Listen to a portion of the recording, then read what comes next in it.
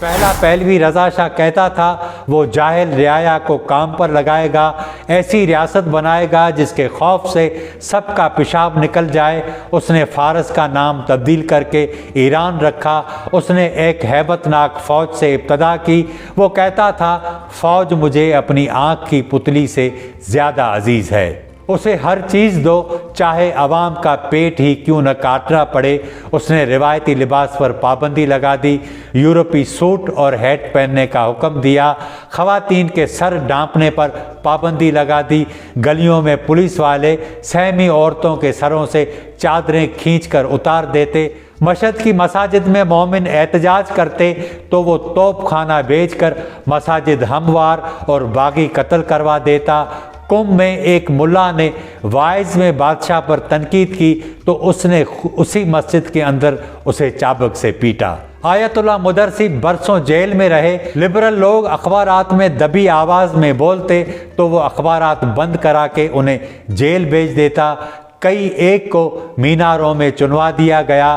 سرکشوں کو حکم تھا کہ وہ روز پولیس کے روبرو پیش ہوں۔ وہ 14 سال کی عمر سے بادشاہ بننے تک ہمیشہ وردی میں رہا، زمین پر سوتا، فوجیوں کے ساتھ ایک ہی برتن میں کھاتا۔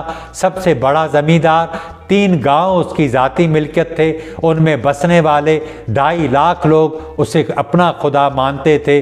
بینکوں اور کارخانوں سے شیئر لیتا، نذرانے وصول کرتا، جس کی زرخ زمین اسے اچھی لگتی وہ اس کی ہو جاتی۔ اس نے سڑکیں بنوائیں، ریل کی پٹڑیاں بچھوائیں، ٹرین چلائی، اسکول بنائے، دفاتر اور ہوائی اڈے بنوائے، لیکن قوم مفلس رہی۔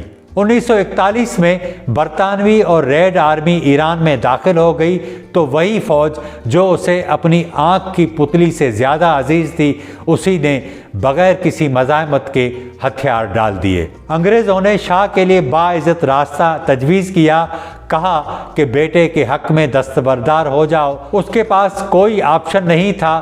20 سالہ محمد رضا پہلوی تخت پر بیٹھ گیا۔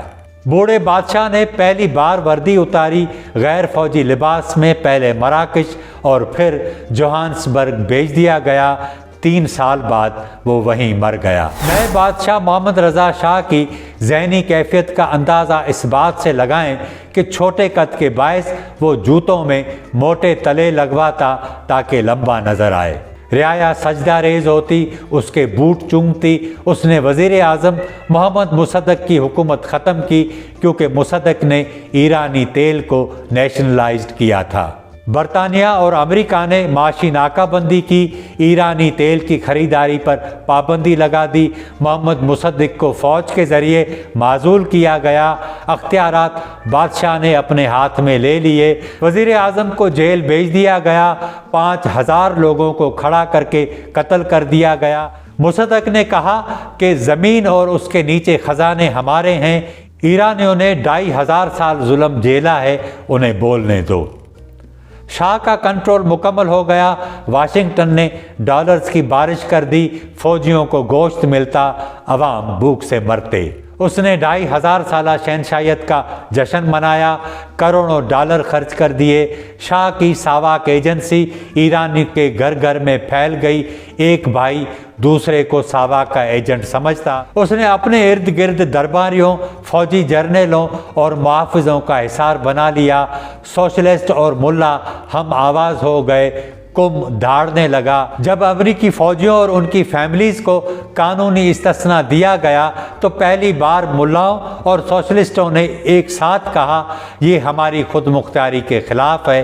تب ایران نے پہلی بار آیت اللہ خمینی کی آواز سنی۔ اپنی ہی سلطنت سے فرار ہونے سے 6 سال پہلے محمد رضا شاہ نے جو کچھ کیا وہ اس کوڑے کی ابتدا تھی جو اس کی اپنی کھال ادھیڑنے والا تھا۔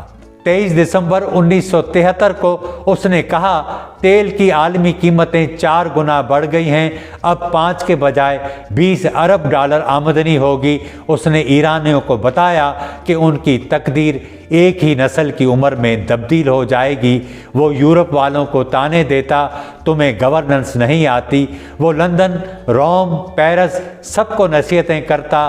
اسی دوران ساوا کے ہاتھوں لوگ مارے جا رہے تھے۔ مغربی میڈیا شائننگ ایران کی مہم چلا رہا تھا۔ اس نے اپنے ذہین نوجوانوں کو باہر کی یونیورسٹیوں میں بھیج دیا تاکہ وہ احتجاجوں میں شامل نہ ہوں۔ اس نے ہنرمند اس لیے پیدا نہیں کیے کہ کہیں وہ اس کے خلاف ہی نہ ہو جائیں۔ شاہ کی دولت نے ایک پیٹرو اشرافیہ پیدا کی، نہ جاگیرداری جیسی، نہ صنعت یا تجارت جیسی بغیر مقابلے کی دولت اس نے عام ایرانی سے سانس لینے کا قدرتی حق بھی چھین لیا۔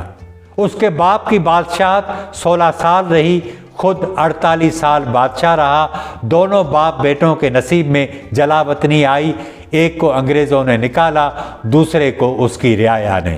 اسلامی انقلاب کے بعد ایران فلاحی ریاست کے بجائے سیکیورٹی اسٹیٹ بن گیا، کیونکہ امریکہ اس انقلاب کو ناکام بنانا چاہتا تھا۔ معاشی پابندیاں لگی۔ اسلامک رجیم نے مڈل ایسٹ میں امریکہ اور اس کے اتحادی عربوں کے خلاف پراکسیز تیار کی۔ اپنے لوگوں کی زندگی بدلنے کے بجائے زیادہ تر سرمایہ انہی پر لگایا۔ جاسوسی کا نظام سخت ہوا۔ ایک نئی طاقتور اسلامی اشرافیہ ابھری جس کے پاس ریاست کے تمام تر اختیارات تھے، جو اندرونی اور بیرونی مفادات کی محافظ تھی۔ اسلامک رجیم کا انداز بادشاہت سے مختلف ضرور تھا، لیکن کئی حوالوں سے یہ بھی شاہی بیانیے جیسا ہی لگتا ہے۔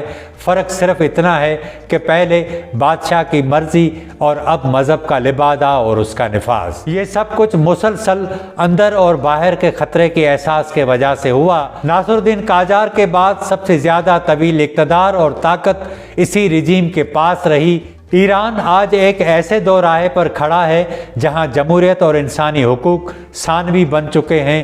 اسلامک رجیم حالیہ تاریخ میں امریکہ اور اسرائیل کے لیے سب سے سنجیدہ چیلنج بن گئی ہے، کیونکہ دھمکی کا جواب دھمکی سے اور اینٹ کا جواب پتھر سے دینے کی صلاحیت رکھتی ہے۔ ایران کو یہ برتری حاصل ہے کہ اسلامی دنیا میں غیر ایرانی شیعہ کی بڑی حمایت ایران کے ساتھ ہے۔ ایران پر ٹرمپ کا خطرہ عارضی طور پر ٹلا ہے، لیکن ختم نہیں ہوا۔ اگر حملہ ہوا تو یہ صرف امریکی مفادات کا نہیں، پاکستان اور پورے مڈل ایسٹ کا امتحان ہوگا۔ لیکن اس پورے منظرنامے میں عام ایرانی کہاں ہے؟ یہ سوال نہ اندرونی طاقتوں کے لیے اہم ہے اور نہ بیرونی۔